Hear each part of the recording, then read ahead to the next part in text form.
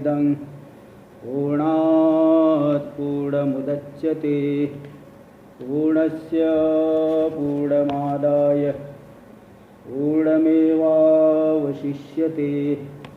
ओम शांति शांति शांति। शंकरं शंकराचार्यं केशवं बादरायणं सूत्रभाष्य कृतौ वंदे भगवन्तौ पुनः पुनः। ईश्वरो गुरुरात्मेति मूर्तिभेदविभागिने व्योमवद्व्याप्तदेहाय दक्षिणामूर्तये नमः। ओम शांति शांति शांति।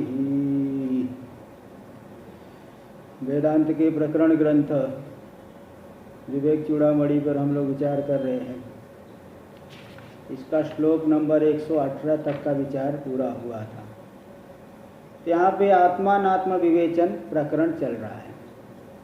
तो पहले स्थूल शरीर से विवेचन दिखाया गया, फिर सूक्ष्म शरीर से, इसके बाद कारण शरीर में भी जो आवरण शक्ति और विक्षेप शक्ति, इन दो शक्तियों को लेकर के पहले बताया जा रहा था।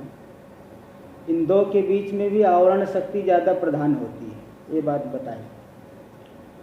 और आवरण शक्ति के आधार पे ही विक्षेप शक्ति संसार में डालती है। 118 तक तो पूरा हो गया था, किंतु 117 नंबर का जो श्लोक था उसमें थोड़ा कुछ न्यूनता रह गई, ऐसा मुझे मालूम पड़ रहा है।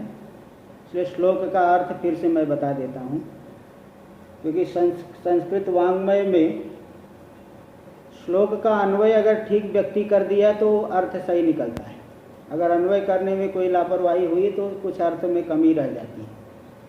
ऐसा मुझे लग रहा है कुछ कमी रह गई है। तो इसके श्लोक का अर्थ मैं 117 नंबर श्लोक का अर्थ फिर से बताता हूँ।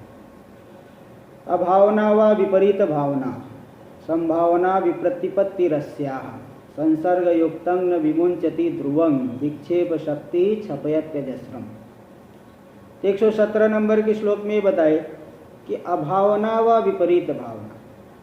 टीकाकार ने अभावना का अर्थ कर दिया नास्तिक के भाव। शास्त्र की बात में श्रद्धा नहीं होती है, वो अर्थ तो शब्दों का अर्थ तो ठीक बताया था। विपरीत भावना जो शरीर में आत्मबुद्धि है। संभावना का अर्थ दिखा दिए थे संशय भावना, अथवा एक दूसरा पाठांतर लेकर के असंभावना यानी स्वरूप का विशेष रूप से भान नहीं, मैं व्यापक हूँ, सच्चिदानंद रूप है, भान नहीं हो रहा है। और विप्रतिपत्ति यानी विरुद्ध ज्ञान, जैसे रज्जु में सर्प बुद्धि।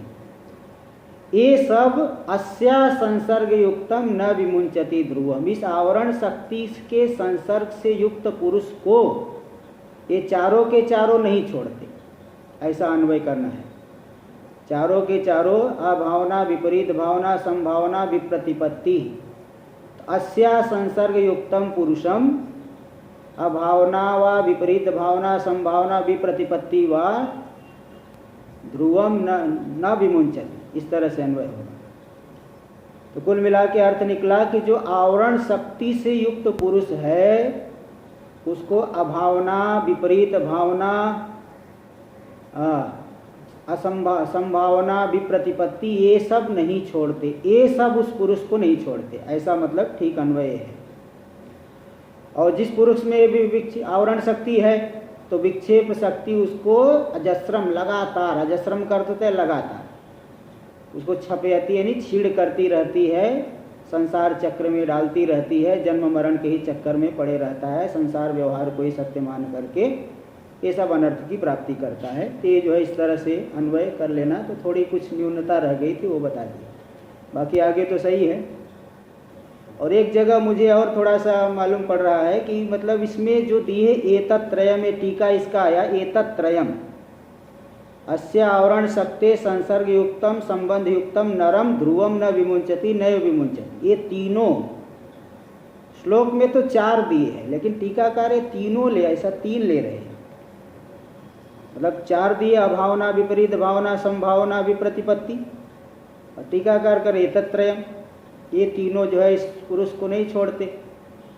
इसमें से किन्हीं 2 शब्दों को पर्यायवाची मान करके इन्होंने ऐसा किया है, यही लग रहा है।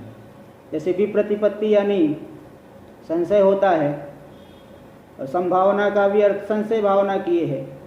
तो 4 की जगह 3 त्रयम लिख दिए, त्रयम तीनों के तीनों पुरुष को नहीं छोड़ते, जबकि ऊपर श्लोक में 4 दिए हैं, अभावना, विपरीत भावना, संभावना, विप्रतिपत्ति। तो अब ये मतलब वे 4 दिए, चारों नहीं छोड़ते, शाब्दिक अर्थ भी अलग अलग दिए हैं, तो इसलिए चारों नहीं छोड़ते, ऐसा अर्थ करना ही ज़्यादा अच्छा रहेगा। 118 तो सही है, बता दिया था मैं कि अज्ञान, आलस्य, जड़त्व, निद्रा, प्रमाद, मूढ़त्व, प्रमुख आदि जो ये तमोगुण के कार्य है, इनसे प्रयुक्त होकर के पुरुष कुछ नहीं जान पाता। जैसे निद्रालु है अथवा स्तंभ यानी जैसे खंभा, दीवार, इसके समान ही पुरुष ये बने रहता है, तो जान नहीं पाता, ये बताए थे। 118 भी पूरा हो गया था। आगे देखिए, तो रजोगुण और तमोगुण तो बंधन में डालते हैं। अब किसी को संशय है वो सत्व गुण कैसे बंधन में डालता है? तो भाई लोक में भी देखिए, कभी कभी ये बात आती है कि कोई बहुत अच्छा आदमी रहता है और बाद में पता चला बुरा निकला, तो लोग कहते भाई इतना अच्छा आदमी इतना बुरा कैसे हो गया? तो जांच पड़ताल करने पे मालूम पड़ता है कि इसकी संगत जो है गलत लोगों के साथ में थी।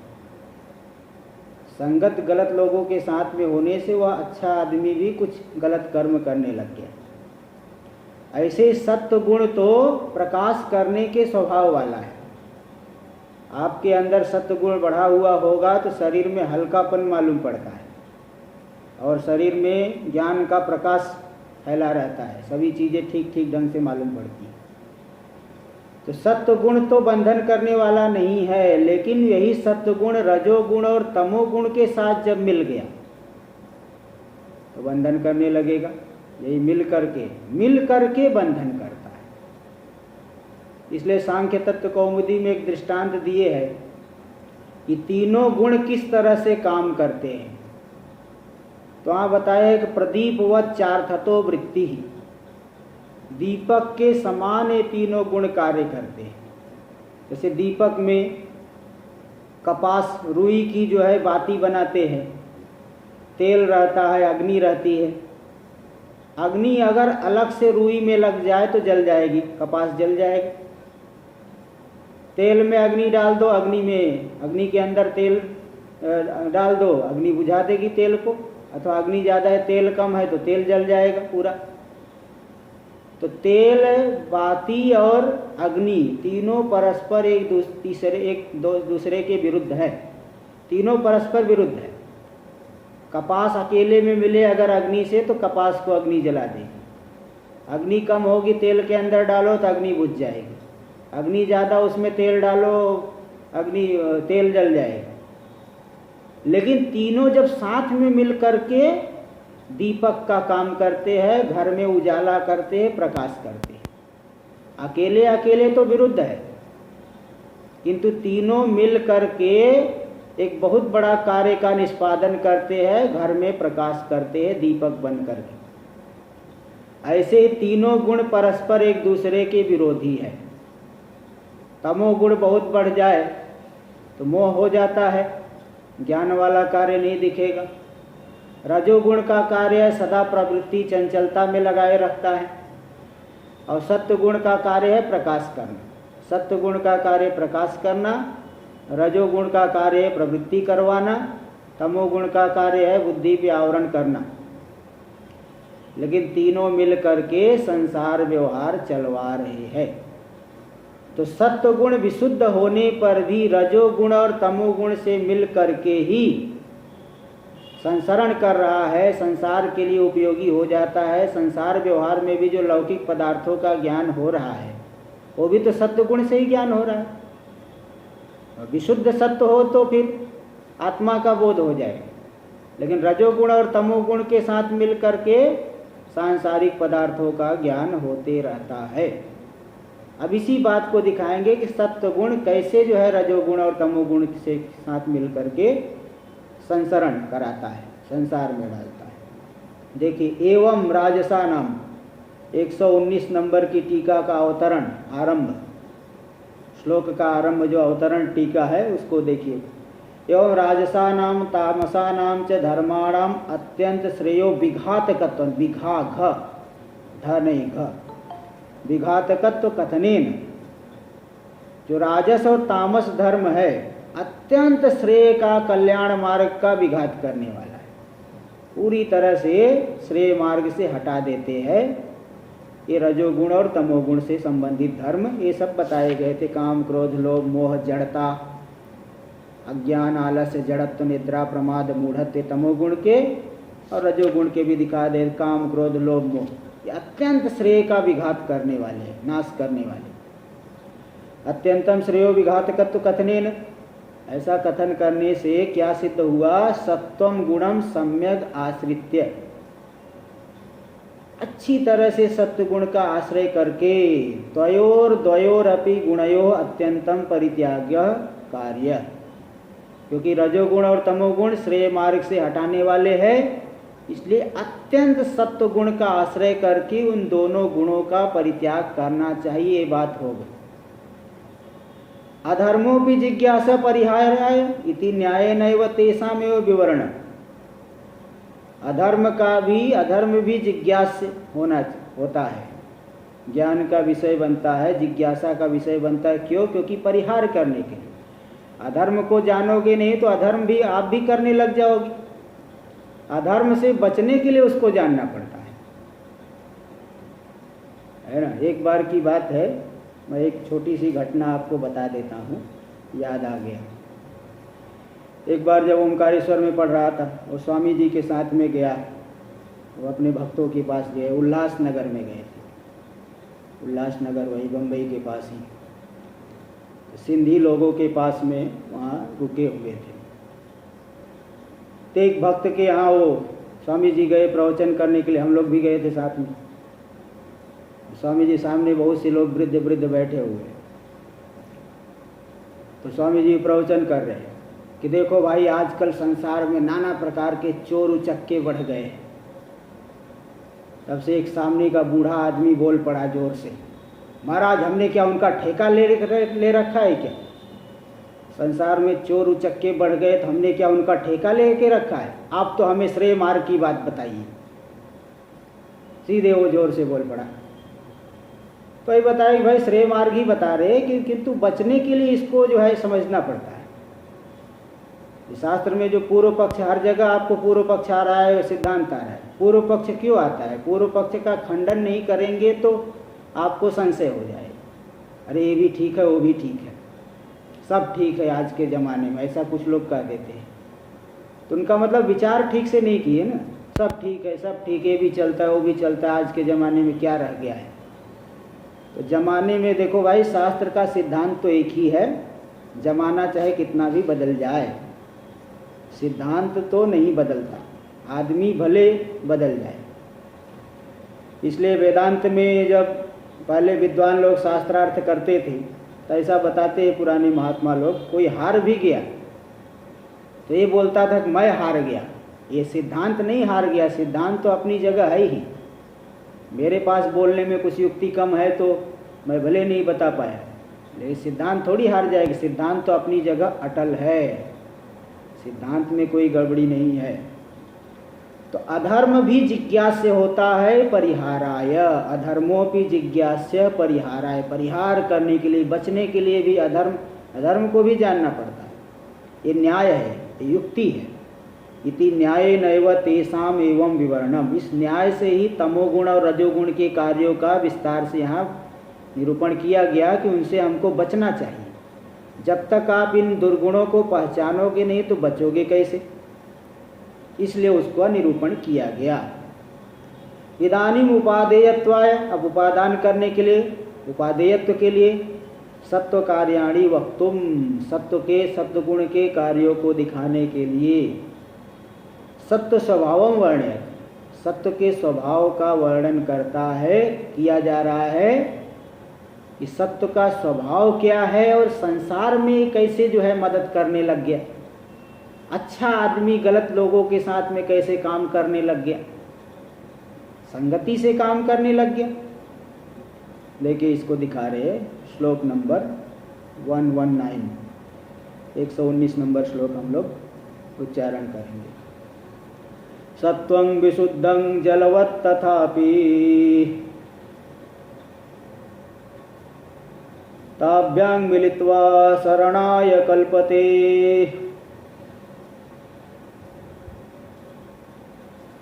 यत्रात्मबिम्बः प्रतिबिम्बितः सन्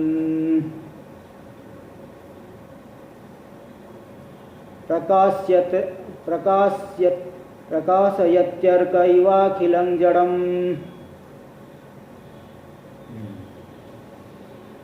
प्रकाशयत्यर्क इवाखिलं जडम्। देखिए, सत्वम विशुद्धम जलवत्, जैसे जल अत्यंत विशुद्ध होता है, किंतु उसी जल में गंदगी मिल जाए तो गंदा हो जाता है। जल का स्वभाव है शुद्ध रहना। उसी जल को, गंदे जल को भी अगर आप किसी पात्र में स्थिर रख दो, उसकी गंदगी बैठ जाती है। जल का स्वभाव है विशुद्धि। गंगा जी जो है पहले से विशुद्ध है। ये तो शहरों की गंदगी मिल करके वो भले गंदी हो गई, गंगा जी तो वास्तव में शुद्ध ही है। आदमी ने उसको गंदा कर दिया, लेकिन जो है वो तो शुद्ध है। जल तो विशुद्ध होता है। ऐसे सत्व गुण का स्वभाव है, वो विशुद्ध होता है। तथापि ताभ्याम, तो सत्व गुण जो विशुद्ध है, यद्यपि वो विशुद्ध है, तथापि, यद्यपि का अध्याहार करना लेना पड़ेगा, क्योंकि व्याकरण में एक नियम होता है, यत् तदोर नित्य संबंध। यत् और तत् का नित्य संबंध होता है। तो जहाँ तथापि आए तो आपको यद्यपि अगर शब्द नहीं है तो भी उसको पढ़ना पड़ेगा। ये आगे टीका में भी दिखाएंगे। तो यद्यपि सत्वम विशुद्धम जलवत्, यद्यपि सत्व जल के समान विशुद्ध है, तथापि, फिर भी, सत्व जो है जल के समान विशुद्ध है, फिर भी ताभ्याम मिलित्वा, उन दोनों से, रजोगुण और तमोगुण के साथ मिलकर के, शरणाय यानी संसाराय कल्पते, संसार के लिए वो समर्थ हो जाता है। संसरण में वो सहयोगी बन जाता है। अकेले तो विशुद्ध है, संसार से पार करा देगा, लेकिन दोनों के साथ मिल गया, दोनों के साथ मिल गया तो भी जो है संसार में ही हेतु बनने लग गए। भाई जो है संसार के विषयों का जो ज्ञान हो रहा है, तो सत्व अंश के द्वारा ही तो विषयों का ज्ञान हो रहा है। तो रजोगुण और तमोगुण के साथ मिल करके वह विषयों का ज्ञान हो रहा है। तो दोनों से मिल करके संसरण के लिए हेतु बनता है। तो गीता में भी अगर सत्वम सुखे संजयति, सत्व सुख में जो है आसक्ति करा देता है। ज्ञान का अभिमानी, मैं बहुत बड़ा ज्ञानी हूँ, मैं बहुत बड़ा विद्वान हूँ, ये अभिमान करा देता है। विचार न करने पे तो नाना प्रकार के अभिमान उत्पन्न होते हैं। तो सत्व भी रजोगुण और तमोगुण के साथ में मिल करके संसार के लिए हेतु बनने लगता है। तो हाँ, यत्रात्म बिंबः प्रतिबिंबितः सन। अब यहाँ किसी को शंका हो सकती है कि सत्व गुण, संसार के लिए सत्व गुण को मानने की क्या जरूरत है? संसार के लिए तो केवल रजोगुण और तमोगुण को मानो, संसरण के लिए सत्व गुण को मानने की क्या आवश्यकता? इसके लिए बता रहे कि नहीं, जो विषयों का ज्ञान है, संसार के पदार्थों का ज्ञान बिना सत्व गुण के हो नहीं सकता। तो यत्र आत्मबिंबः प्रतिबिंबितः सन, जिस सत्व गुण में ही आत्मबिंब प्रतिबिंबित हो करके प्रकाशयत्यर्क इवाखिलम जड़म, जैसे अर्क सूर्य पूरे संसार का प्रकाशन कर रहा है, इसी प्रकार जिस सत्व गुण में, सत्व गुण का परिणाम जो नाना प्रकार की वृत्तियां है, ज्ञान रूपी वृत्तियां, उन वृत्तियों में प्रतिफलित हो करके आत्मबिंब पूरे संसार का प्रकाशन कर रहा है, पूरे जड़ों का प्रकाशन कर रहा है, जड़ पदार्थों का प्रकाशन कर रहा है। तो विषयों का जो ज्ञान है सत्व गुण से ही होता है। अब बताओ, विषयों का ही नहीं ज्ञान होगा तो आपको फिर आसक्ति कहाँ होगी, आपको राग कहाँ होगा, किस चीज़ के लिए आप भागोगे? जानाति इच्छति यतते करोति, नियम है, पहले ज्ञान होता है फिर इच्छा होती है। पहले विषयों का ज्ञान होगा फिर विषयों की इच्छा होगी। फिर प्रयत्न करता है, फिर चेष्टा करता है, शारीरिक चेष्टा करेगा। तो भाई उसके लिए विषयों का ज्ञान जरूरी है। ज्ञान तो सत्व के माध्यम से ही होगा, चाहे विषयों में ज्ञान हो, चाहे आत्मा का ज्ञान हो, चाहे कुछ भी हो, ज्ञान तो सत्व गुण का ही कार्य। इसलिए जिस सत्व की परिणाम रूपा वृत्ति में प्रतिबिंबित होकर के आत्मरूपी बिंब पूरे जड़ का प्रकाशन करता है, जैसे सूर्य पूरे संसार का प्रकाशन करता है, इस तरह से सत्व गुण विशुद्ध होने पर भी रजोगुण और तमोगुण के साथ मिलकर के संसार के लिए समर्थ हो जाता है। टीका में देखिए, तथापि उत्तरतर सत्वात्, प्रथम पाद में ही श्लोक है, सत्वम विशुद्धम जलवत तथापि। तथापि होने से पहले आपको यद्यपि जो है अध्याहार करना पड़ेगा, इसलिए आदौ यद्यपि इति पठितव्यम, दिया तो नहीं लेकिन ऐसा पाठ कर लेना अन्वय करने के लिए। यद्यपि ऐसा है, तथापि यानी फिर भी, यद्यपि सत्वगुण विशुद्ध है, फिर भी रजोगुण और तमोगुण के साथ मिलकर के संसार के लिए समर्थ हो जाता है। यद्यपि जलवत, यथा जलम स्वभावतो निर्मलम, जैसे जल स्वाभाविक रूप से निर्मल होता है, अशुद्धियाँ तो उसमें आगंतुक होती है। नदी न छोटे छोटे नालों का जल जाके मिल जाता है नदी में, तो नदी गंदी हो जाती है, वास्तव में विशुद्ध है।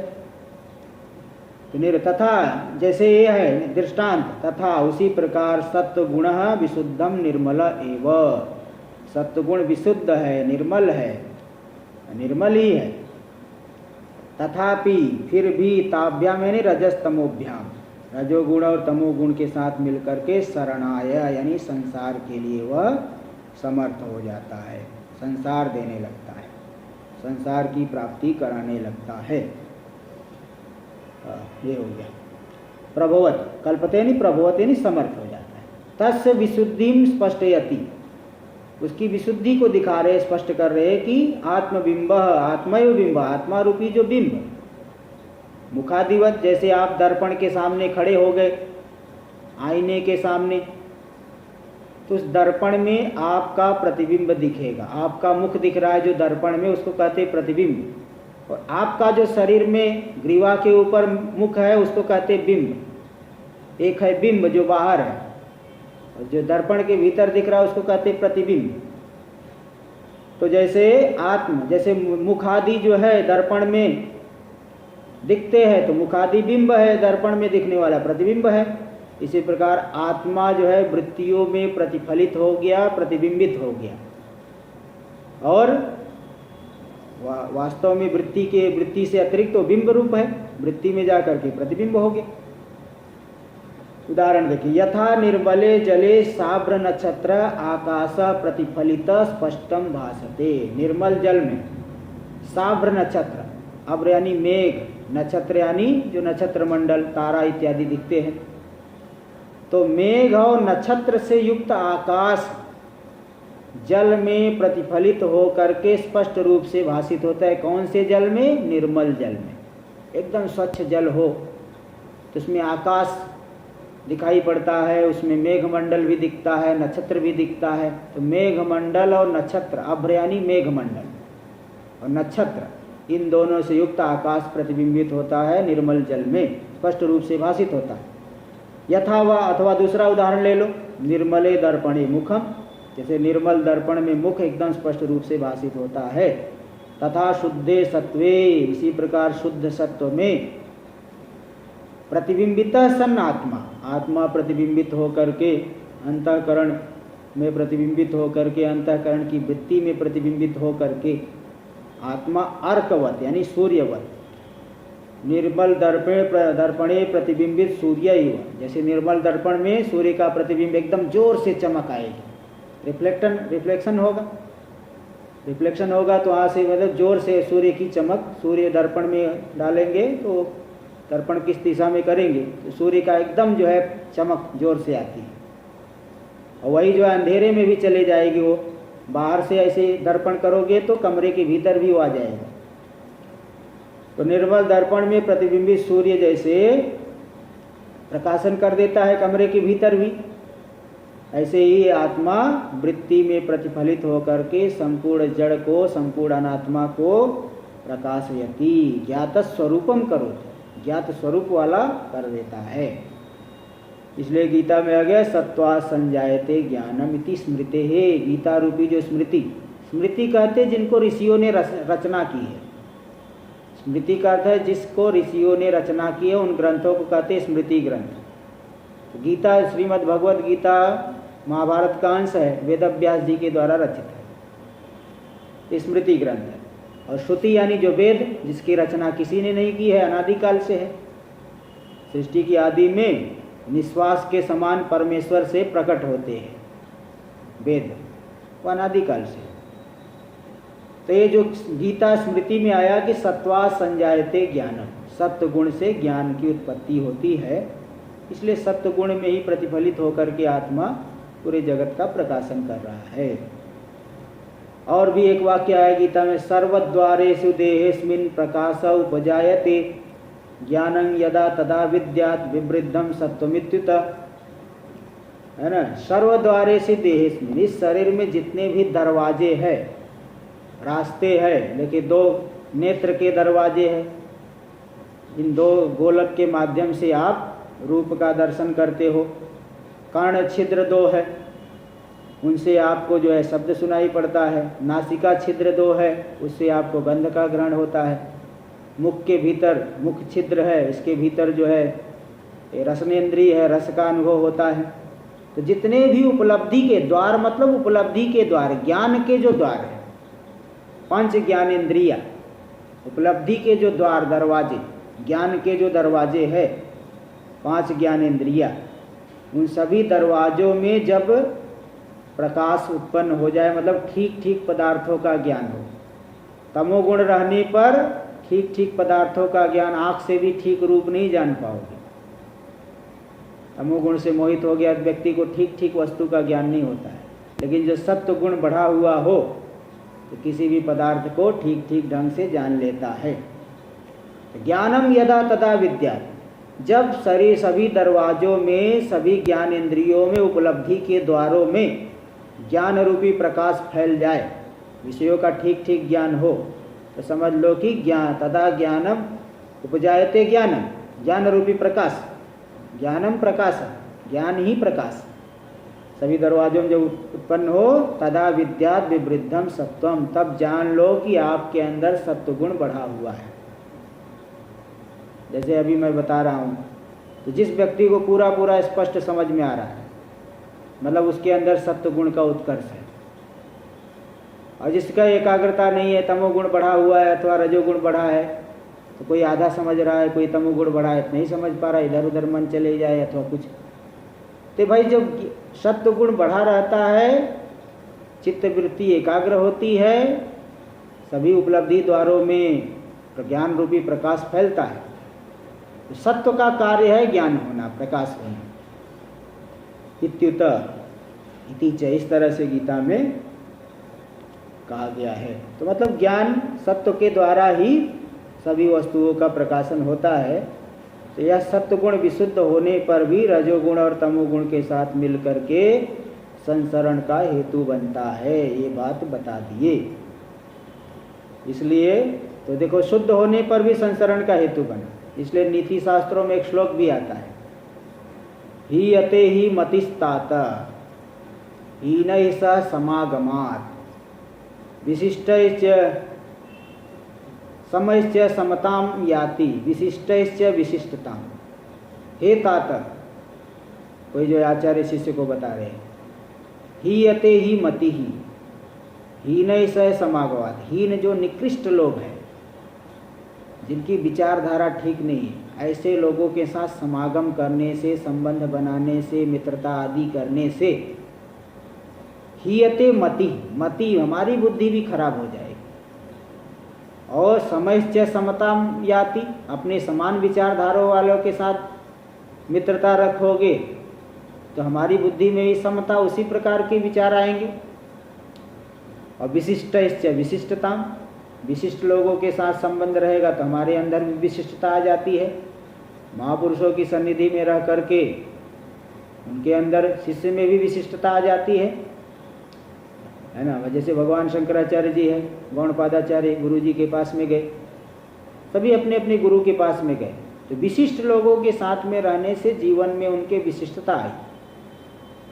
भाई घर तो सभी छोड़े हैं, जितने भी महापुरुष लोग गृह त्याग किए अथवा गृह नहीं भी त्याग किए, घर में भी रहे तो भी बड़े बड़े संत हो गए। तो कैसे हो गए? क्योंकि विशिष्ट लोगों की संगति किए, उनके बताए उपदिष्ट मार्ग पे चले, तो उनके जीवन में कुछ विलक्षणता विशिष्टता दिखाई पड़ती है। अगर गलत लोगों के साथ में रहे तो वही आदमी बिगड़ जाता है। वाल्मीकि जो है दस्युओं के साथ में रहे तो दस्यु बन गए, जबकि ब्राह्मण घर से थे, और बाद में नारद जी आदि का उपदेश पा करके फिर वो महर्षि हो गए, तो ब्रह्मर्षि हुए। इस तरह से ये बातें समझ लेनी चाहिए। यहाँ पे आगे देखिए, रजस तमसो सत्वेपि ताभ्याम अनभिभूय मानस सत्वान सत्वस्य गुणान आह। अब एक अन्य स्थिति का कथन कर रहे हैं कि जैसे हमारे अंदर सत्व गुण है, रजोगुण भी है और तमोगुण भी है, तो रजोगुण और तमोगुण के रहने पर भी जब सत्व बढ़ा हुआ है तो रजोगुण और तमोगुण से दबेगा नहीं।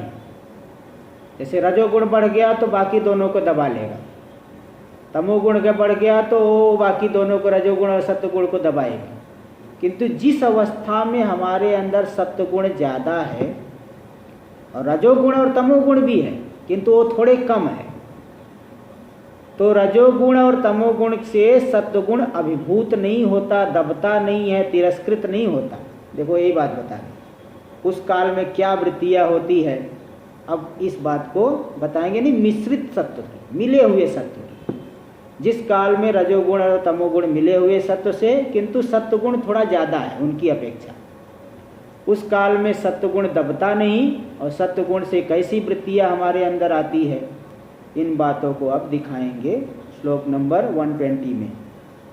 तो रजस तमसो सत्वेपि ताभ्याम अनभिभूय मानस है। रजोगुण और तमोगुण तो है लेकिन उनसे जो दब नहीं रहा, अभिभूत नहीं हो रहा है, ऐसे सत्व के गुणों को बता रहे। उस समय हमारे मन में किस प्रकार की वृत्ति उठती है, श्लोक नंबर 120, इसका उच्चारण 120 नंबर हम लोग करेंगे।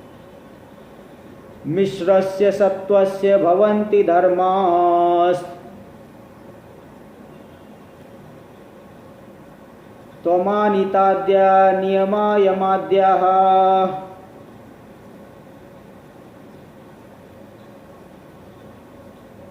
श्रद्धा च भक्तिश्च मुमुक्षता च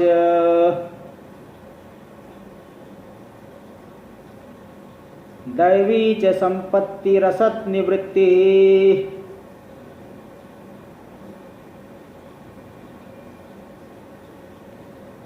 मिश्र से सत्व से भवंती धर्मा। मिश्र यानी तमो, जो मिला हुआ है, तमोगुण और रजोगुण से मिला हुआ जो सत्वगुण है, उसके धर्म क्या क्या होते हैं।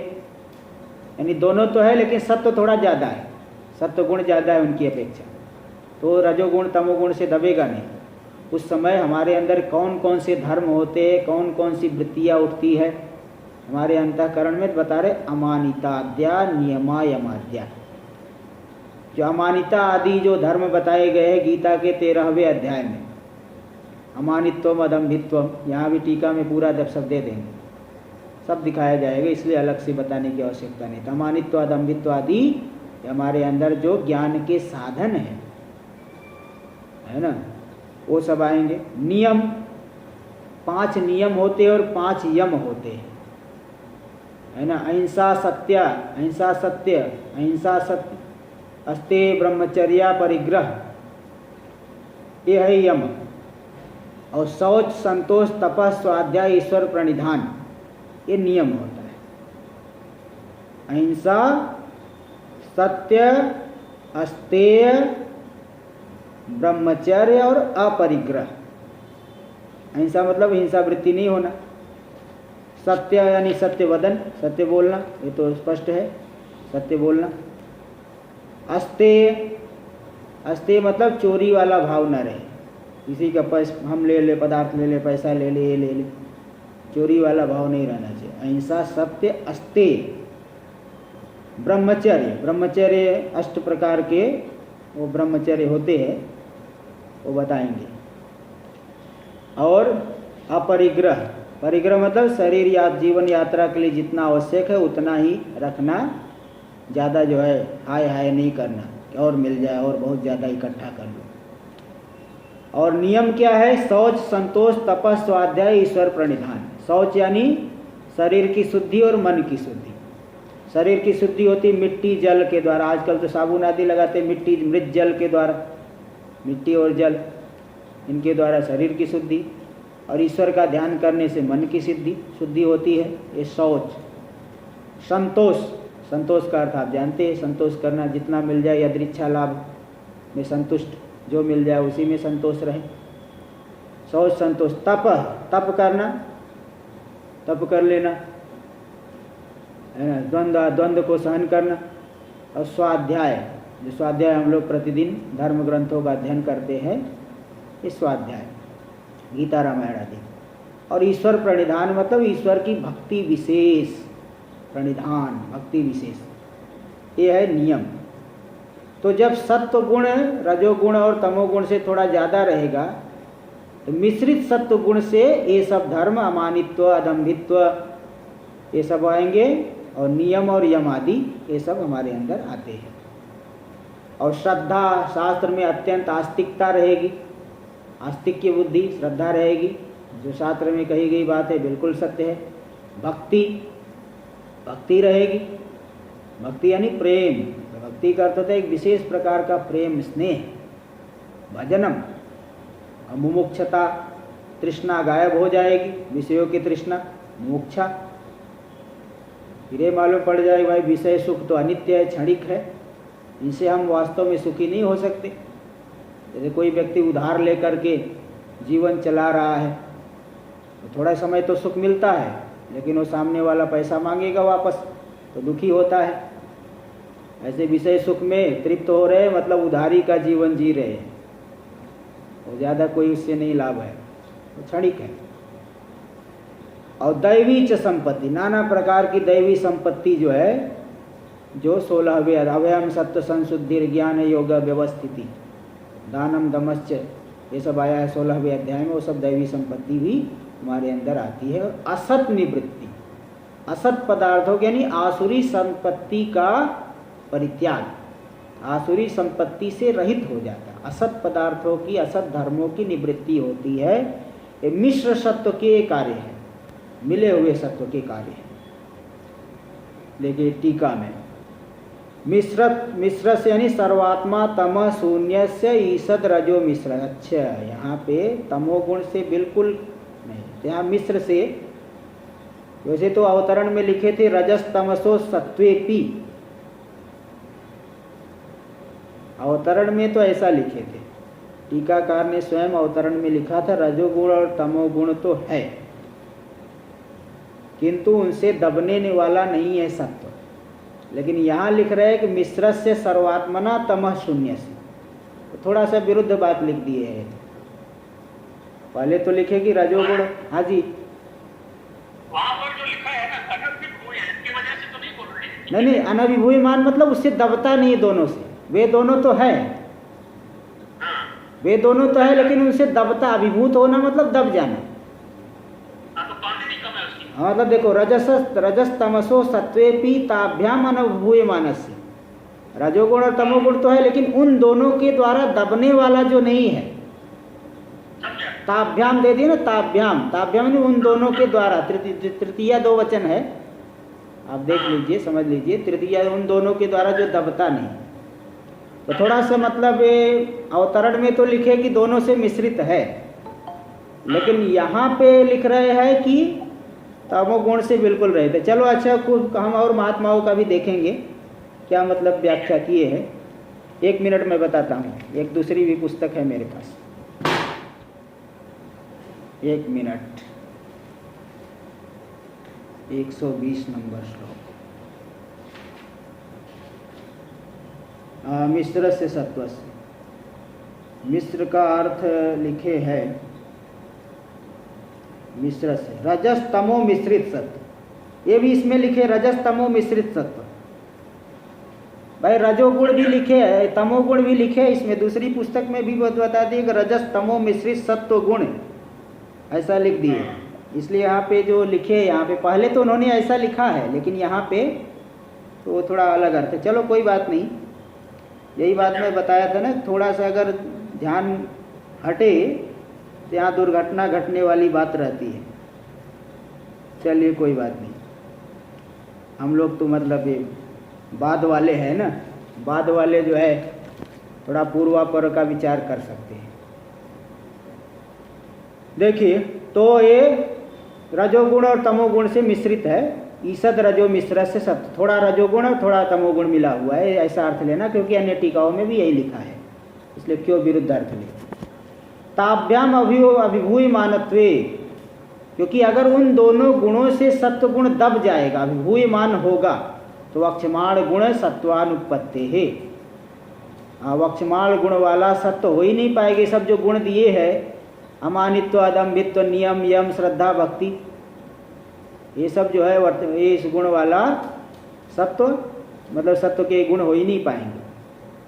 तो तू शब्द धर्मास्तु अमानिताद्या, त्व धर्मास्त्व, त्व में तू है, वहाँ तू अमानिताद्या, तू शब्द इतर गुण द्वयस्य ताभ्याम अभिभूयमान सत्वस्य च व्यावर्तक। जिस जहाँ पे दोनों गुण है और दोनों के द्वारा सत्व गुण दब गया है, उसकी अपेक्षा अलग यहाँ लेना। तू शब्द से थोड़ी विलक्षणता दिखाती है कि जब तीनों गुण है और सत्व गुण बाकी दोनों से दबा हुआ है, वहाँ तो ये सब गुण नहीं होंगे, किंतु अगर सत्व बढ़ा हुआ है, बाकी दोनों से दबता नहीं है, तब ये सब अमानिता आदि हमारे अंदर आते हैं। तो उनका व्यावर्तक हो गया, उनसे अलग करके दिखा दिया कि यहाँ का जो सत्व है बढ़ा हुआ है, दोनों से दबता नहीं है, इस तरह से व्यावर्तन करें। अमानिता आद्या येषाम अदम्भित्वादि नाम, अमानिता जिनकी आदि में है, उन सभी गुणों को ले लेंगे। तो इसके बाद अमानित के बाद अदम्भित्वादि है, अमानिता जिनकी आदि में, ऐसे अब अदम्भित्वादि सभी गुणों को ले लेना। ते कथिता गीतायाम, वे सब गीता में कहे गए हैं। क्या क्या है देखिए, यहाँ स्वयं दे रहे हैं। अमानित्वम, अदम्भित्वम, अहिंसा, शांतिरार्जवम, आचार्योपासनम, शौचम, स्थैर्यम, आत्मविनिग्रह, इंद्रियार्थेषु वैराग्य, मन अहंकार एव च, जन्म मृत्यु जरा व्याधि दुख दोषानुदर्शनम, असक्तिरन विस्वंगः पुत्रदार गृहादिषु, नित्यं च समचित्तत्वमिष्टानिष्टोपपत्तिषु, मयि चानन्य योगेन भक्तिरव्यभिचारिणी, विविक्त देश सेवित्वम अरतिर्जन संसदि, अध्यात्म ज्ञान नित्यत्वम तत्वज्ञानार्थ दर्शनम। श्लोक का अर्थ पहले बता देता हूँ, आगे स्वयं व्याख्या दे रहे हैं। अमानित्व में यानी हमारे अंदर मान यानी सम्मान का इच्छा नहीं होना, मुझे सम्मान करे, मैं बहुत उत्कृष्ट कुल का हूँ, लोग मेरा सम्मान करे, पूजा करे, माला चढ़ाए, ये जो है मान वाला सम्मान वाला भाव नहीं रहना। आदम्भित्व यानी दिखावटीपना नहीं, दम्भ यानी दिखाना कि मैं बहुत बड़ा धार्मिक, वो नहीं होना चाहिए। अहिंसा यानी किसी भी प्राणी की मनसा वाचा कर्मणा, शरीर इंद्रिय मन के द्वारा किसी भी प्राणी की हिंसा नहीं करनी। शांति यानी क्षमा, कोई हमारे प्रति अपराध करे तो भी उसको क्षमा कर ले। आर्जवम यानी सरलता, सरलता हमारे अंदर होना चाहिए, जैसा मन में सोचे वैसा ही बाहर लाए, वैसी ही वाणी बोले, इसको कहते सरलता। आचार्योपासनम, आचार्य की जो है तत्पर होकर के सेवा करे, क्योंकि तो आचार्य की कृपा से ही ज्ञान मिलेगा। कहीं भी ज्ञान मिलता है, चाहे लौकिक ज्ञान हो चाहे शास्त्रीय ज्ञान हो, वो गुरु से ही मिलता है। इसलिए कहीं कहीं आता है कि माता पिता प्रथम गुरु है, क्योंकि उनसे बहुत सीखने को मिलता है। तो आचार्य की उपासना करना।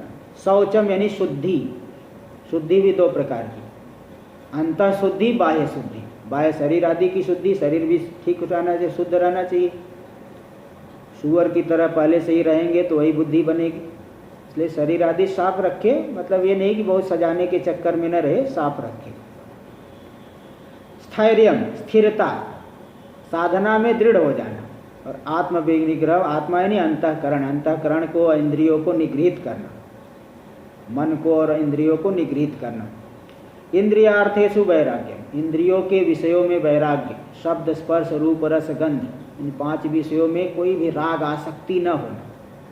इसमें उदाहरण देते हैं, जैसे कौवे की विष्ठा में, काक विष्ठा, उसको कोई इकट्ठा नहीं करना चाहता। सोने का सिक्का अगर कोई फेंक दे तो सब इकट्ठा करना चाहते, लेकिन कौवे की विष्ठा, काक विष्ठा को फेंक दे तो कोई इकट्ठा नहीं करना चाहता। इसी प्रकार विषयों में भी बिल्कुल रस का अभाव, बिल्कुल नीरस मालूम पड़े, जैसे सूखी लकड़ी। इंद्रिय के अर्थ यानी विषयों में वैराग्य। अनहंकार, अहंकार भाव नहीं होना। अहंकार भाव रहता है मैं बहुत उत्तम कुल का हूँ, ये सब नहीं रहना। और जन्म मृत्यु जरा व्याधि दुख दोषानुदर्शन, जन्म भी दुख देने वाला है, मृत्यु भी दुख देने वाला है, जरावस्था भी दुख देने वाली, व्याधि भी दुख देने वाला है, शरीर में ये सब होते रहता है। इन सब दुखों में दोष को देखना, इन सब दुखों में क्या क्या दोष देखना।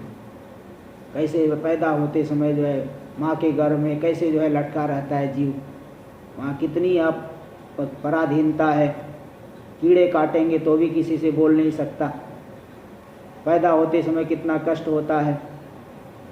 मृत्यु जो है कितना दुख देती है, पूरे मर्म से जिस शरीर में जीवन पर्यंत मैं भाव करके रहा, उसकी एक एक मर्म से जो है जीव जब निकलेगा तो कितना कष्ट होगा। ये मृत्यु में दुख दोष का दर्शन। जरावस्था में जो शरीर पहलवान जैसा था वहाँ जो है स्ट्रेचर पे चलता है, अथवा जो है कोई उठा के लोग ले जाते हैं, ऐसे दुख दोष को देखना। वृद्धावस्था में सब जो है तिरस्कार करते हैं, कोई जो है प्रेम से मिलना नहीं चाहता, ये सब दोष देखना। व्याधि में कितना, व्याधि में पराधीनता हो जाती, बिस्तर पे पड़े रहता है, दूसरा कोई खाना खिलाता है, खुद खा भी नहीं पाता, ये सब जो है दुख। इनमें दुख दो रूपी दोष को देखना, अथवा और दुख जो आध्यात्मिक आदि दुख, ऐसा भी अलग से अर्थ कर सकते हैं। इन सभी में दोष को देखना, इन सब में दुख रूपी दोष को देखना, इन सब में दोष को देखना। कुल मिला के तात्पर्य रहा अशक्तिरनभिस्वंग। शक्ति का अर्थ होता है चिपकना, और अशक्ति मतलब कहीं भी चिपकाव न हो, कहीं चिपके न, जुड़ाव न हो। अनभिस्वंग, अभिस्वंग का अभाव, ये तादात्म्य का अभाव। पुत्र दार गृहादि से, पुत्र में दार यानी पत्नी, और गृह आदि से वाहन आदि, इन सब में अभिस्वंग यानी तादात्म्य, उसका अभाव यानी अनभिस्वंग। तादात्म्य नहीं होना चाहिए। नहीं तो किसी को जो है पुत्र में ही इतना ज़्यादा मोह हो गया कि पुत्र बीमार है तो लग रहा है मैं ही बीमार हूँ, घर में कोई कमी आ गई लग रहा है मुझ में ही कमी आ गई, एकदम तादात्म्य रहता है। तो तादात्म्य नहीं होना चाहिए। नित्यम च समचित्तत्वम, हानि लाभ चाहे जो भी हो जाए, ये सब सांसारिक व्यवहार है तो आते ठंडी गर्मी के समान आते जाते रहते हैं, इसलिए नित्य सदा समचित्त रहे। इष्टा कहाँ पे चित्त रहे, नित्य समचित्त रहेगा। इष्टानिष्टोपपत्ति से, इष्ट की प्राप्ति हो चाहे अनिष्ट की उपपत्ति यानी प्राप्ति, इष्ट की प्राप्ति हो चाहे अनिष्ट की प्राप्ति हो, सदा समान चित्त वाला रहे। अपने चित्त को क्यों खराब करते हो, भले वस्तु खराब हो रही, अपने चित्त को मत बिगाड़ो, चित्त एक रस रखो, ये बहुत बड़ा साधन है। मयि चानन्य योगे न भक्ति, मुझ भी अनन्य योग से भक्ति। ईश्वर ही हमारा पालन कर रहा है, ईश्वर ही हमारे प्राणों को चला रहा है, ईश्वर ही पूरे संसार की रक्षा कर रहा है, उसके सिवा कुछ भी नहीं है। वही सभी प्राणियों में मेरे भीतर भी व्याप्त है। मुमुक्षु तो इस तरह से चिंतन करे कि मेरे सभी प्राणियों के हृदय में वही ईश्वर बैठ करके बैठा हुआ है, वो व्यापक है, वही मैं भी हूँ, उसमें कोई सांसारिक धर्म नहीं। मेरा वो जो रूप है उसमें कोई सांसारिक धर्म नहीं, मैं भले नहीं जान पा रहा हूँ लेकिन वही मैं हूँ, मैं भी व्यापक हूँ, वही एक ही तत्व है, तो मैं उससे अलग कहाँ से। इस तरह से अनन्य योग से भक्ति मुझ में हो, मुझ में आए तो आत्म तत्व में, मुझ में क्या मतलब कि कोई देवता वाला मूर्ति वाला नहीं ला समझते, शुद्ध रूप में अव्यभिचारिणी भक्ति होनी चाहिए अनन्य योग से। अभी अन्य योग नहीं कि थोड़े समय के लिए जो है थोड़ा समय उनको दूंगा, थोड़ा उनको दूंगा, थोड़ा अन्य जगह पे दूंगा, बचा हो तो भगवान को समर्पित कर दूंगा। बड़े भोलेपन से ऐसा नहीं बोलना। थोड़ा जो है अधिक से अधिक जो है ईश्वर की तरफ ही मन लगाइए। विविक्त देश से वित्तम, एकांत देश में रहिए। एकांत देश में तभी साधना हो पाएगी, भीड़ भाड़ में साधना कहाँ हो पाएगी। आरंभिक लोगों को जो है साधक को तो ये जो है पहले एकांत में ही अभ्यास करना पड़ेगा। अरतिर जन संसदी, लोगों की समुदाय में भीड़ में रति नहीं, रमण करने वाली बुद्धि अच्छा लगता है, भीड़ 4-6 लोग बैठे हो तो अच्छा लगता है, वो सब नहीं होना चाहिए। जन संसद में, जन समुदाय में रति नहीं होनी चाहिए। अध्यात्म ज्ञान नित्यत्वम, अध्यात्म ज्ञान में यानी आत्म स्वरूप जो निरूपण किया गया है उसमें नित्य जो है उसका विचार करें। अध्यात्म ज्ञान में नित्यता यानी नित्य आत्मा के स्वरूप का विचार करें। तत्व ज्ञानार्थ दर्शन, और तत्व ज्ञान का जो फल है उसका भी विचार करेंगे। तत्व ज्ञान से क्या अर्थ है यानी फल, तत्व ज्ञान का जो अर्थ है प्रयोजन, उसको भी विचार करें कि तत्व ज्ञान से मुझे क्या लाभ मिलेगा। तत्व ज्ञान से मैं मुक्त हो जाऊंगा, जन्म मरण के चक्कर से छूट जाऊंगा, अनादिकाल से जो दुख भोग रहा हूँ उनका अत्यंता भाव हो जाएगा। भाई वहाँ पे अगर महत्व बुद्धि होगी तभी सांसारिक पदार्थों से मन हटेगा, इसलिए इसका भी विचार करते रहना। ये सब अमानित्वादि सत्व गुण जब रजोगुण और तमोगुण से बढ़ा रहता है तब ये सब अमानित्वादि आते हैं। स्वयं देखिए बता रहे संक्षेप में, तत्र अमानित्वम, अमानित्व का अर्थ है, देखो मैं अमानित्व क्या है, मानित्व का अभाव होना अमानित्व, यानी मान सम्मान का नहीं चाहना। विद्यमान अविद्यमान व गुण ही आत्मन श्लाघा रूप सम्मानम मानित्वम। देखो ये 2 प्रकार से व्यक्ति सम्मान चाहता है ना। एक तो विद्यमान गुणों को लेकर के, जैसे कोई पंडित है, बहुत बड़ा विद्वान है, सम्मान चाह रहे मैं तो विद्वान हूँ मुझे सम्मान करे, तो विद्यमान गुणों को लेकर के। और कोई पंडित है नहीं, विद्वान नहीं है, 2-4 अक्षर कहीं से पढ़ लिया तो ही अपने आप को पंडित मानने लगा, तो पांडित्य उसके अंदर नहीं है तो भी अपने आप को बहुत बड़ा पंडित मानता है। तो अविद्यमान गुण के द्वारा अपनी श्लाघा यानी प्रशंसा रूपी सम्मान, कि मुझे लोग मेरी प्रशंसा करें, इसको कहते हैं मानित्व। और उसका अभाव हो जाना तदराहित्वम अमानित्व, उसका अभाव हो जाने ये है अमानित्व। सम्मान चाहना ये मानित्व है, उसका अभाव अमानित्व। ख्याति लाभ पूजार्थम स्वधर्म प्रकटनम दम्भ, ख्याति वह मेरी ख्याति हो जाए, मुझे लाभ मिले, लोग पैसा दे, पूरा नमस्कार करे, पूजा करे, इसके लिए अपने धर्म को प्रकट करना कि मैं बड़ा धार्मिक हूँ, मैं बहुत भजन करता हूँ, मैं सदा चिंतन करता हूँ, ये सब प्रकट करना, दिखाना लोगों को, यह है दम्भ। तदरहितत्वम अदम्भित्वम, किंतु इस दुर्गुण का भी अभाव होना अदम्भित्व। अहिंसा क्या है? त्रिकरण्या, पर पीड़ा वर्जनम अहिंसा, 3 करणों के द्वारा, त्रयाणाम करणानाम समुदाय त्रिकरणी, 3 करण, 3 का समुदाय, मन वाणी और शरीर, मनसा वाचा कर्मणा, मन वाणी और शरीर तीनों के द्वारा पर पीड़ा वर्जन, दूसरे जीवों को पीड़ा नहीं देना, मन से भी नहीं देना, मन से भी पीड़ा नहीं देना, वाणी से भी नहीं देना, और शरीर के द्वारा, ये अहिंसा है। परैर अभिभूय मानस्य, दूसरे के द्वारा तिरस्कृत होने पर भी, दूसरा हमारा चाहे कितना भी तिरस्कार करे, गाली दे, फिर भी तान प्रति अविकृत चित्तत्वम शांति, उसके प्रति हमारे मन में, हमारे चित्त में विकार न आए, इसको कहते क्षमा, शांति। क्षमा अलग होता है, सहन कर लेना अलग होता है। सहन तो कर लिया मतलब दांत पीसते हुए सहन कर लिया, सहन तो किया, किंतु क्षमा का अर्थ होता है कि हमारे चित्त में, अंतःकरण में कुछ उसके प्रति विपरीत भाव आए ही, इसको कहते क्षमा। आर्जव क्या है? सरलता। मनोवाक काया नाम एक रूप्यम आर्जवम, मन वाणी और शरीर की एक रूपता, जैसा मन में हो वैसी वाणी से बोले और उसी प्रकार की चेष्टा करे शरीर से, यह है आर्जव यानी सरलता। आचार्य की उपासना करना, कैसे उपासना करोगे, है ना, ये थोड़ी केवल दक्षिणा चढ़ा देना ही सेवा नहीं होती है। सेवा देखिए कैसे, प्रणिपात, परिप्रश्न, सेवादि भी आचार्यानुवर्तनम आचार्योपासनम। प्रणिपात यानी साष्टांग, परिप्रश्न अनुकूल समय देख करके परिप्रश्न करना, सेवा यथा अवसर सेवा भी करे जिस समय जो आवश्यक है, तो इन सेवा आदि के द्वारा, प्रणिपात, परिप्रश्न, सेवा आदि के द्वारा, कुल मिला करके सबसे बड़ी सेवा तो यही है कि ईश्वर आचार्य की आज्ञा का पालन करना। इसलिए तुलसी रामायण में भी आज्ञा समन सुसाहिब सेवा, आज्ञा को मानने से बढ़कर के कोई सेवा नहीं है ना। इसलिए संस्कृत में यथोक्त कारित्वम, यथोक्त कारित्व यानी जैसा आचार्य ने कहा वैसा ही करना, यही सबसे बड़ी सेवा है, यही सबसे बड़ी। आचार्य के अनुवर्त इसलिए दे दिए यहाँ पे, आचार्यानुवर्तनम, प्रणिपातिनी साष्टांग परिप्रश्न सेवा आदि के द्वारा आचार्य के अनुवर्तन करना, अनुसरण करना, जैसा वो कहे वो करे, अनुवर्तन करना ही आचार्योपासनम। आगे का विचार कल होगा।